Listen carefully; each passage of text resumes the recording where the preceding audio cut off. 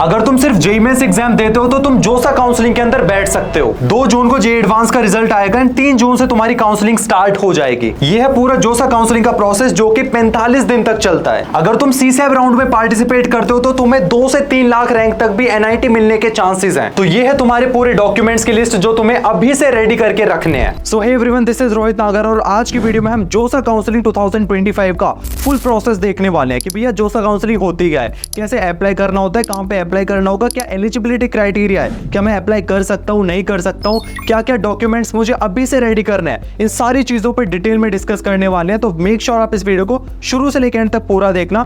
And ये video इतना ज्यादा इंपॉर्टेंट है, तुम इसी से अंदाजा लगा सकते हो। लास्ट ईयर एक स्टूडेंट था जिसकी 2 लाख रैंक आई थी, लेकिन वो इस प्रोसेस को बहुत अच्छे से और सारी चॉइस फिलिंग बहुत अच्छे से करता है एंड फाइनली वो एक टॉप एनआईटी, टॉप तो नहीं बट एक डिसेंट एनआईटी के अंदर एडमिशन ले लेता है। वहीं पे दूसरी तरफ एक स्टूडेंट है जिसकी 7000 रैंक आती है जेईई मेंस के अंदर, जिस हिसाब से उसे एक बहुत अच्छा कॉलेज मिलना चाहिए था, लेकिन इस प्रोसेस के अंदर वो छोटी सी गलतियां कर देता है जिसकी वजह से उसे 30,000 40,000 रैंक वाला कॉलेज मिलता है। देखो सारी चीजें बहुत आसान है, इतना मुश्किल नहीं है, छोटी छोटी चीजें हैं, बस ध्यान से सुनते रहना, ठीक है। अब आगे बढ़ते हैं। सबसे पहले हम बात करते हैं एलिजिबिलिटी क्राइटेरिया। तो हमारा अगर तुम्हें आईआईटीज के अंदर एडमिशन चाहिए तो तुम्हें जेईई एडवांस क्वालिफाई करने का, सिर्फ जेईई मेंस से काम नहीं चलेगा, जेईई एडवांस एग्जाम देना होगा, साथ में आपका 75% होना चाहिए क्लास 12th के अंदर, और अगर तुम एससी एसटी पीडब्ल्यूडी कैंडिडेट हो तो 65% होनी चाहिए। उसी के साथ में अगर तुम्हारा कोई स्टेट बोर्ड है, कोई डिफरेंट बोर्ड है, तो तुम्हारा टॉप 20 परसेंटाइल में होने चाहिए, ठीक है। उसी के साथ में अगर तुम्हें एनआईटीज, ट्रिपल आईटीज एंड जीएफटीआईज क्या होते हैं भैया, ये होते हैं गवर्नमेंट फंडेड टेक्निकल इंस्टीट्यूट्स। अगर इनके अंदर एडमिशन चाहिए तो तुम्हें भाई जेईई मेंस क्वालिफाई भी नहीं करना, जस्ट जेईई मेंस का एग्जाम देना है। अगर एग्जाम दिया हुआ है तो तुम जोसा काउंसलिंग के अंदर बैठ सकते हो। उसी के साथ में तुम्हारा 75% होना चाहिए क्लास 12th के अंदर, 65% for SC ST PWD and साथ में अगर कोई स्टेट बोर्ड है तो टॉप 20 परसेंटाइल में तुम होने चाहिए। ये तुम्हारा हो गया एलिजिबिलिटी क्राइटेरिया। उसी के साथ में बात करते हैं कि भैया जोसा होता क्या है, ठीक है। तो जोसा की बात करें तो ये होता है तुम्हारा जॉइंट सीट एलोकेशन अथॉरिटी। इससे क्या होता है, ये एक प्रॉपर काउंसलिंग प्रोसेस है कि तुम्हारा जेईई मेंस और जेईई एडवांस के रैंक के बेसिस पे तुम्हें आईआईटीज, एनआईटीज, ट्रिपल आईटीज, जीएफटीआईज, ये कॉलेजेस अलॉट होते हैं एंड इनमें आपको एक ब्रांचेस मिलती है आपकी रैंक के अकॉर्डिंग। तो ये पूरा प्रोसेस है, इसे आगे हम डिटेल में समझने वाले हैं। साथ में बात करते हैं कि भैया इसमें कौन कौन से इंस्टीट्यूट्स पार्टिसिपेट करते हैं जोसा काउंसलिंग के अंदर। तो तुम्हें जोसा काउंसलिंग के अंदर तुम्हें क्या क्या मिलता है, आईआईटीज मिलती है, एनआईटीज पार्टिसिपेट करते हैं, ट्रिपल आईटीज एंड जीएफटीआईज। आईआईटीज की नंबर ऑफ इंस्टीट्यूट्स बात करें तो टोटल 23 आईआईटीज हैं, 31 एनआईटीज हैं, 26 ट्रिपल आईटीज हैं, टोटल 40 जीएफटीआईज हैं। एंड उसी के साथ में सीट्स की बात करें तो आईआईटीज के अंदर तुम्हारा 17,000 प्लस सीट्स है, एनआईटीज में 24,000 प्लस सीट्स है, ट्रिपल आईटीज में 8,000 प्लस सीट्स है एंड जीएफटीआईज में तुम्हारे 9,000 के आसपास सीट्स हैं। तो ये टोटल नंबर ऑफ सीट्स मैंने आपको बता दिया। नाउ नेक्स्ट पॉइंट पे आते हैं कि भैया जोसा के लिए अप्लाई कैसे करना है और कहां पे करना है। तो सिंपल सी बात है, तुम गूगल पे जाओगे, वहां पे टाइप कर लो सिंपल जोसा काउंसलिंग 2025, तो वहां पे आपका पोर्टल खुल जाएगा। लेकिन अभी तुम्हारी काउंसलिंग स्टार्ट नहीं हुई है, पहले जेईई एडवांस का रिजल्ट आएगा, उसके बाद तुम्हारी काउंसलिंग स्टार्ट होगी। तो तुम्हें अभी एज सच कोई भी इंफॉर्मेशन नहीं मिलेगी, लेकिन मैं बता देता हूं कैसे अप्लाई करना है। या तो आप ये यूआरएल टाइप कर लेना, ये यूआरएल टाइप कर लेना, आप इस पोर्टल पे पहुंच जाओगे। जब काउंसलिंग स्टार्ट हो जाएगी आपका ये पोर्टल ओपन हो जाएगा। कब काउंसलिंग स्टार्ट होगी वो मैं आगे बता दूंगा। ये पोर्टल ओपन हो गया, यहाँ पे आप जेईई मेंस का एप्लीकेशन नंबर डाल दोगे, पासवर्ड डाल दोगे, सिक्योरिटी पिन जो भी है आप इसे फिल कर दोगे एंड लॉगिन कर लोगे। यहाँ से आप जाके रजिस्टर कर सकते हो। बाकी इसमें आगे की भी इंफॉर्मेशन आप करके रजिस्टर कर सकते हो। साथ में अब हम बात करते हैं डेट्स की कि भैया काउंसलिंग स्टार्ट कब होगी। तो काउंसलिंग जो स्टार्ट होगी, तुम्हारा जेईई एडवांस का रिजल्ट आएगा, तुम्हारा जेईई एडवांस का रिजल्ट आएगा 2 जून को, ठीक है। 2 जून को रिजल्ट आएगा एंड तुम्हारी काउंसलिंग स्टार्ट हो जाएगी 3 जून से। ये एकदम स्टार मार्क कर लो, ठीक है। तुम्हारा रजिस्ट्रेशन प्रोसेस मतलब काउंसलिंग तुम्हारी 3 जून से स्टार्ट होने वाली है, तो उसी दिन आपको अप्लाई करना है। मतलब प्रोसेस चलेगा लेकिन ट्राई करना 3 जून को ही तुम अप्लाई कर दो, ठीक है। अब आगे बढ़ते कि भैया जो सब प्रोसेस समझा दो कि प्रोसेस काम कैसे करता है, कैसे कैसे चीज़ें चलने वाली है, कितने दिन ये काउंसलिंग चलेगी, उसके साथ में कितने राउंड्स वगैरह होते हैं, फ्रीज फ्लोट, ये टेक्निकल टर्म्स क्या होते हैं, तो ये सारी चीज़ें बताता हूँ। सबसे पहले तुम जोसा काउंसलिंग हो गया, तुमने ऑनलाइन रजिस्टर कर दिया जैसे ही 3 जून को तुम्हारा पोर्टल ओपन होता है। उसके बाद तुम्हें चॉइस फिलिंग करनी होती है, ठीक है। तुम्हें अपनी रैंक के अकॉर्डिंग कॉलेजेस फिल करने होते हैं। अगर तुमने जेईई एडवांस क्रैक कर रखा है तो तुम्हारे पास आईआईटीज के साथ एनआईटीज, ट्रिपल आईटीज, जीएफटीआईज के ऑप्शन होंगे। एंड अगर तुमने सिर्फ जेईई मेंस का एग्जाम दिया है, एडवांस के लिए क्वालिफाई नहीं कर रहे हो, तो तुम्हारे पास सिर्फ एनआईटीज, ट्रिपल आईटीज एंड जीएफटीआईज के ऑप्शन होंगे, आईआईटीज के नहीं होंगे। ये छोटी सी बात थी, इंपॉर्टेंट बात थी। उसके बाद तुम अपना चॉइस फिलिंग करोगे, सीट अलॉटमेंट हो जाएगा तुम्हारा। अब जैसे ही तुम्हें एक सीट अलॉट होती है तो तुम्हारे पास 3 ऑप्शंस होते हैं, फ्रीज, फ्लोट एंड स्लाइड के। अब फ्रीज, फ्लोट, स्लाइड क्या होता है कि भैया फ्रीज हो गया कि मुझे जो कॉलेज मिलना था, ब्रांच मिलना था, मैं उससे सेटिस्फाई हो तो तुम अपना फ्रीज कर दोगे एंड अपनी फी पे कर दोगे, सीट को एक्सेप्ट कर लोगे। फ्लोट का मतलब क्या होता है कि भैया मुझे तो अभी और अपग्रेड करना है, अगले राउंड में जाना है। फॉर एग्जांपल आपको राउंड 2 में कोई XYZ ब्रांच मिल गई XYZ कॉलेज के अंदर, तुम्हें चाहिए कि नहीं मैं तो अगले राउंड तक जाऊंगा, देखूंगा कि कितना अपग्रेड हो सकता है, तो तुम अपना फ्लोट कर देते हो। स्लाइड का मतलब क्या होता है कि यार मुझे तो IIT Kharagpur, for example IIT Kharagpur पसंद है, उसमें तुम्हें कोई केमिकल ब्रांच मिल गई, लेकिन तुम चाहते हो कि अभी 2-3 राउंड बाकी है, तो मैं चाहता हूं कि मुझे केमिकल की जगह मैकेनिकल, इलेक्ट्रिकल तक पहुंच जाऊं, मतलब सेम कॉलेज के अंदर ही ब्रांच अपग्रेडेशन का ऑप्शन, ये स्लाइड होता है। तो ये 3 टेक्निकल टर्म्स है जो आपको ध्यान रखनी है। उसी के साथ में अगर आप फ्रीज कर देते हो, आपका जो मनचाही ब्रांच मिल जाती है, तो आप अब उसे सीट एक्सेप्ट करने के बाद डॉक्यूमेंट्स वेरीफाई करो एंड अपना इंस्टीट्यूट में जा सकते हो।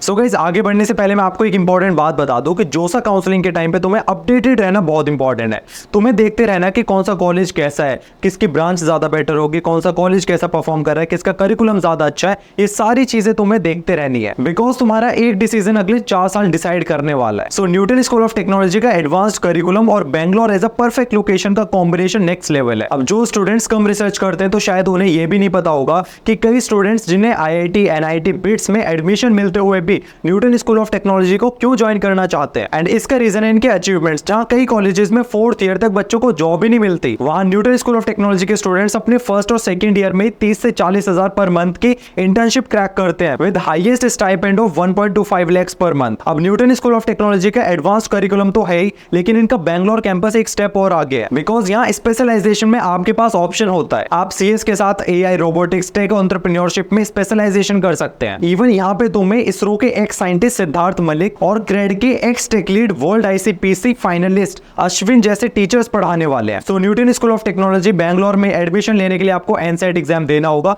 जिसकी लिंक आपको डिस्क्रिप्शन में मिल जाएगी। अगर आप इंटरेस्टेड हो तो फटाफट से जाओ, अभी अप्लाई करो। नाउ अब हम जोसा 2024 का रेफरेंस लेंगे, क्योंकि 2025 का तो अभी पोर्टल ओपन नहीं हुआ, तो इससे आपको और अच्छे से आइडिया लगेगा कि कैसे पूरा प्रोसेस काम करता है।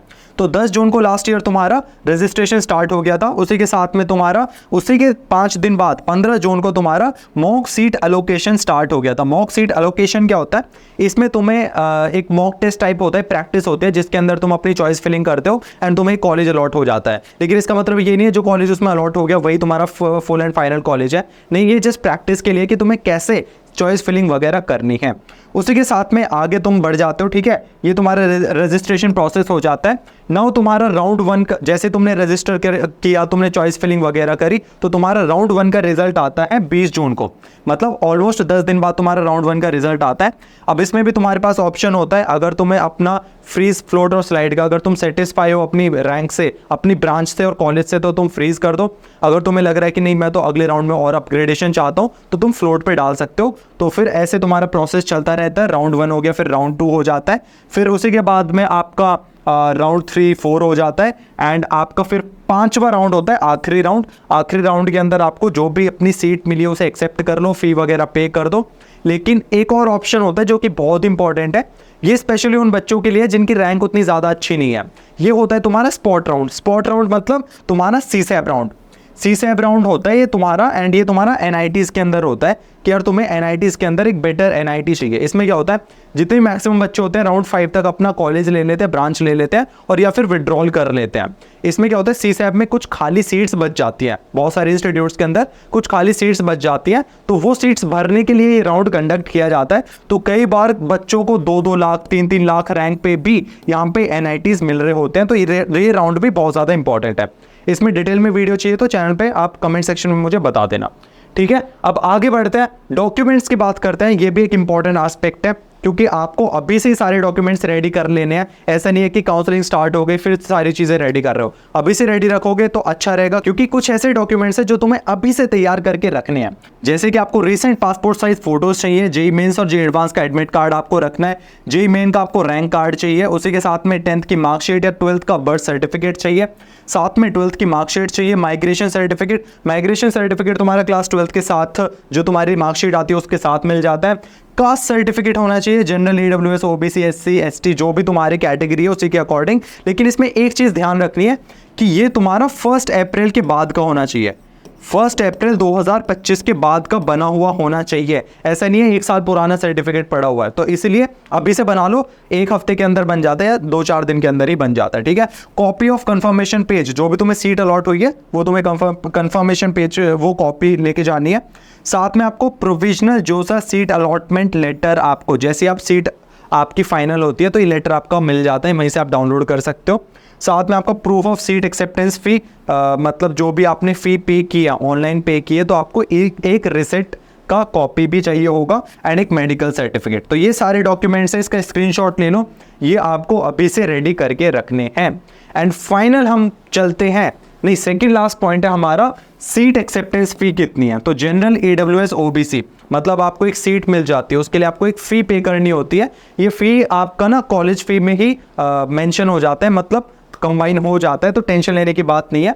जस्ट ये फ़ी इतना ज़्यादा क्यों है, ये इसलिए होता है कि यार फाइनली उन्हें पता चलना चाहिए ना कि तुम्हें ये कॉलेज में सीट चाहिए भी या नहीं, ये तुम मजाक तो नहीं कर रहे। तो इस चक्कर में इतनी ज़्यादा फ़ी जाती है, यहाँ पे 35,000 जाती है, एससी, एसटी, पीडब्ल्यूडी के लिए 15,000 जाती है। डोंट वरी, ये तुम्हारा कॉलेज फीस के अंदर इंक्लूड हो जाती है।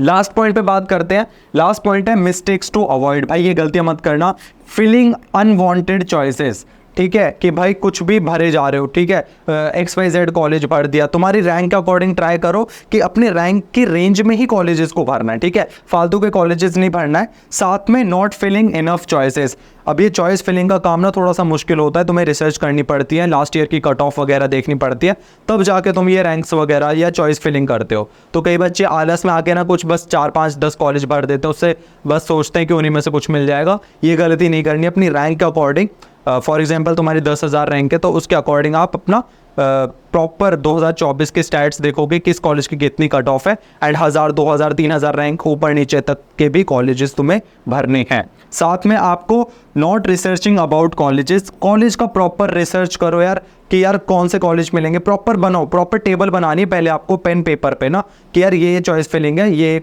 कॉलेजेस मुझे फिल कर रहे हैं। ये सारी चीज़ें तुम्हें आगे भी और समझ में आ जाएंगी, ठीक है, जैसे ही तुम्हारा स्टार्ट हो जाएगा। Forgetting to keep documents ready, भाई अभी से रेडी कर लेना। Not understanding freeze float slide, ये मैंने तुम्हें समझा ही दिया। साथ में स्किपिंग चॉइसेस लॉकिंग, ठीक है, तो कई बार क्या होता है कि बच्चे ध्यान नहीं रखते है ना, राउंड 1 कब लॉक हो रहा है, राउंड 2 कब लॉक हो रहा है, कब ओपन हो रही है डेट्स, कब लॉक करनी है, चॉइस फिलिंग को लॉक करना, ये सारी चीज़ें ना बहुत ध्यान रखनी है आपको। पूरा ये प्रोसेस तुम्हारा 40 से 45 दिन का चलने वाला है। सो गाइस यही था आज की वीडियो में। आई होप आपको ये वीडियो पसंद आया होगा, तो वीडियो पसंद आया तो लाइक करो, चैनल को सब्सक्राइब करो। मिलते हैं नेक्स्ट वीडियो में, टिल देन कीप वर्किंग। जय हिंद, जय भारत।